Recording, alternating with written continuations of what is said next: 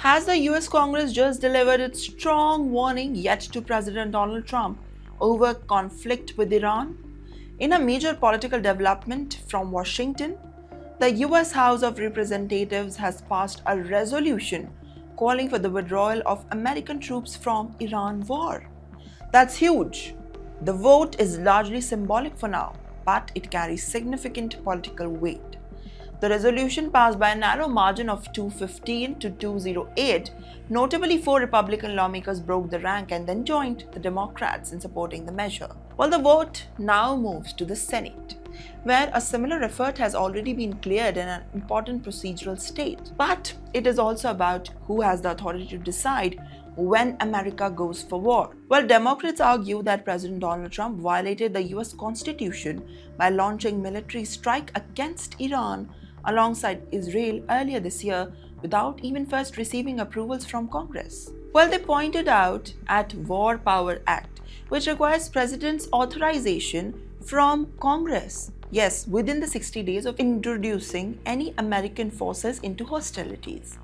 Now, according to the critics, the deadline has been passed. 60 days are now over.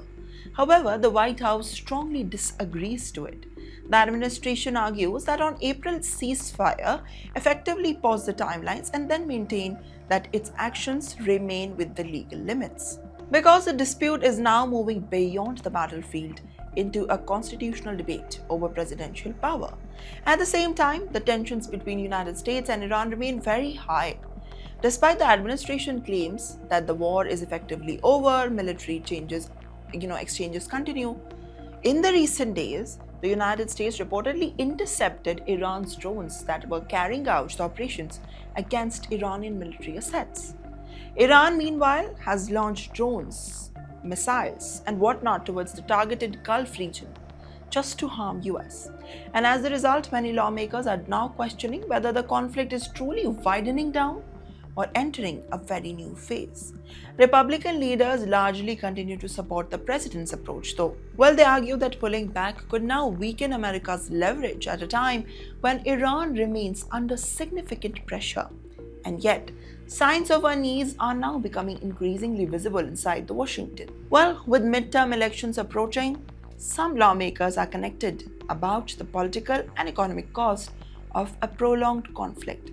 Now, the Senate is expected to take up the issue. Whether the resolution ultimately becomes a law or remains uncertain, especially at the given likelihood of the presidential veto. But one thing for all of us is very clear.